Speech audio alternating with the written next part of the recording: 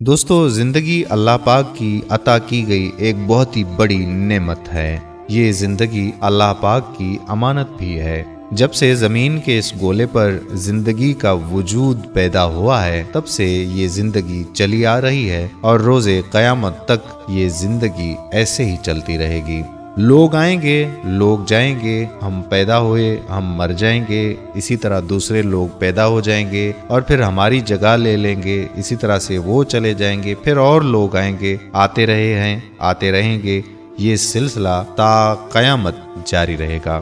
زندگی کو مات دینے والوں نے جتنا بھی زندگی کے خلاف زہر بھرا، آج دنیا کے نقش سے ان کی زندگیاں ہی مٹ گئیں۔ جن لوگوں نے ہزاروں لوگوں کو قتل کیا، ہزاروں لوگوں کو مار گرایا اور کئی قوموں کو نیست و نابود کرنے کی کوشش کی، آج ان کا نام و نشان غائب ہے۔ مقصد یہ کہ زندگی کو کوئی بھی ختم نہیں کر سکتا۔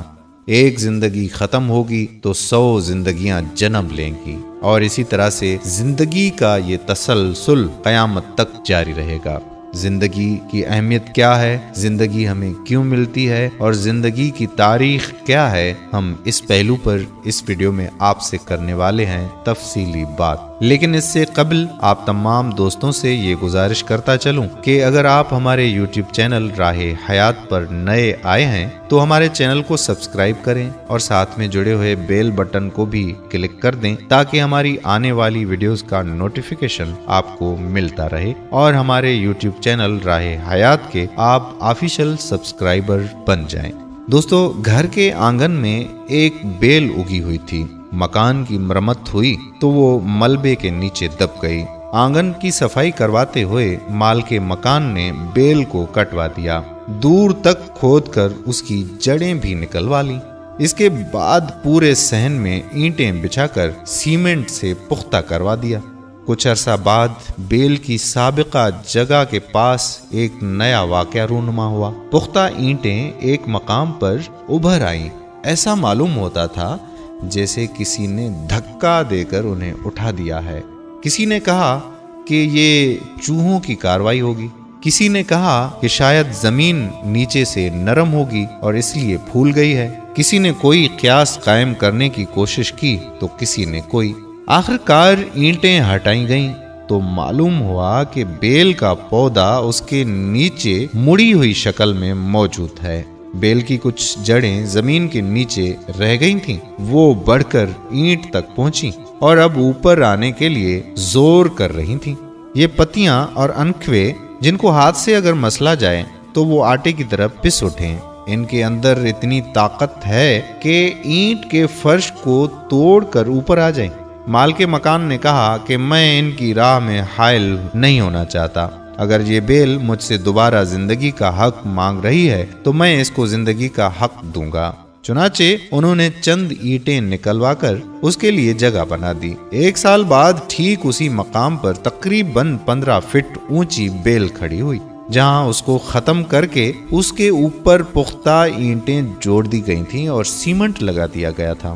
پہاڑ اپنی ساری وسعت اور عظمت کے باوجود یہ طاقت نہیں رکھتا کہ کسی پتھر کے ٹکڑے کو ادھر سے ادھر گھسکا دے، مگر درخت کے ننھے پودے میں اتنا زور ہے کہ وہ پتھر کے فرش کو دھکیل کر باہر آ جاتا ہے۔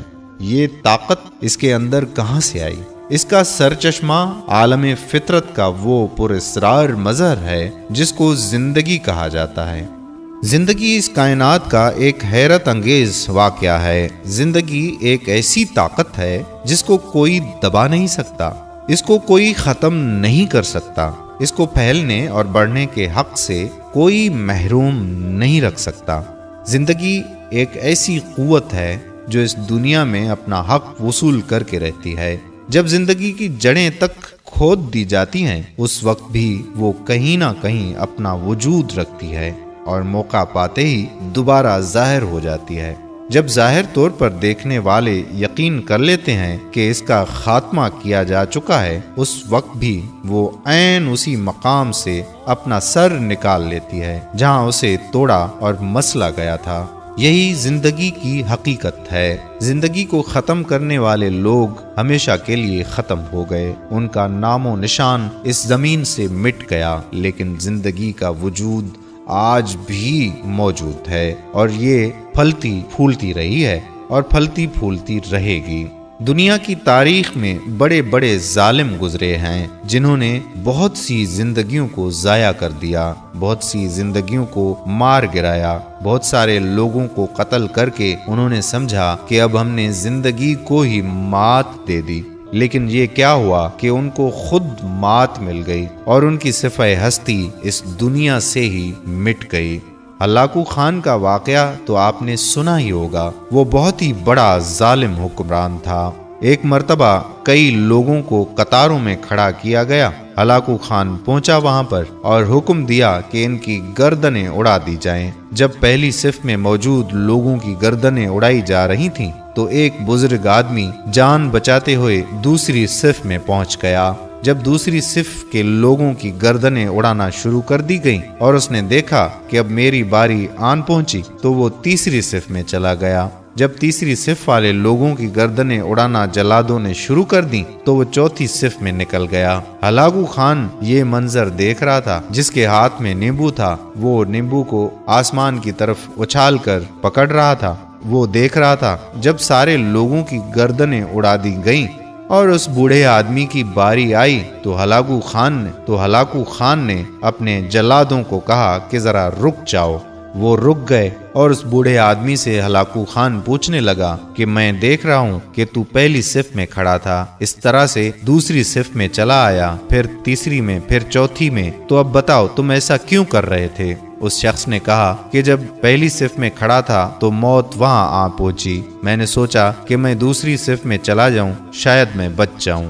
اسی طرح سے موت نے وہاں پر بھی میرا پیچھا نہیں چھوڑا تو میں تیسری صف میں چلا گیا۔ جب دیکھا کہ تیسری صف کی بھی باری آ گئی تو میں نے سوچا کہ میں چوتھی صف میں چلا جاؤں، میں اس لیے کر رہا تھا تاکہ میں بچ جاؤں۔ ہلاکو خان ہنسنے لگے اور کہنے لگے کہ میرے غضب سے بھی بھلا کوئی تمہیں بچا سکتا ہے؟ تو اس نے کہا کہ ہاں، وہی بچا سکتا ہے جس نے یہ زندگی عطا کی ہے، میں بس دیکھ رہا تھا کہ کب اس کی عنایت ہوتی ہے۔ ہلاکو خان نے بہت بڑا کہکہا لگایا، نیمبو کو آسمان کی طرف اچھلا تو نیمبو زمین کی طرف گرنے لگا اور وہ اس کو پکڑنے کے لیے زمین کی طرف لپکا تو گھوڑے سے گر گیا اور گھوڑا ڈر گیا۔